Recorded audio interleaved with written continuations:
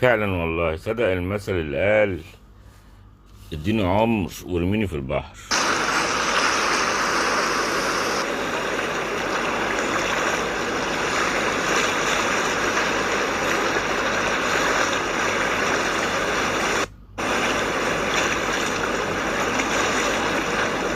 هوبا هوبا، سبحان الله سبحان الله.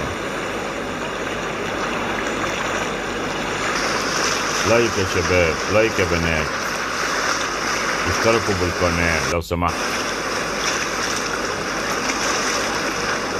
هوبا، لو ما كانتش العصاية دي اللي مسكت فيها كان زمانها وقعت في البحر، وشكلها ما بتعرفش تعوم. فعلا اديني عمر وارميني في البحر، صدق المثل ده والله.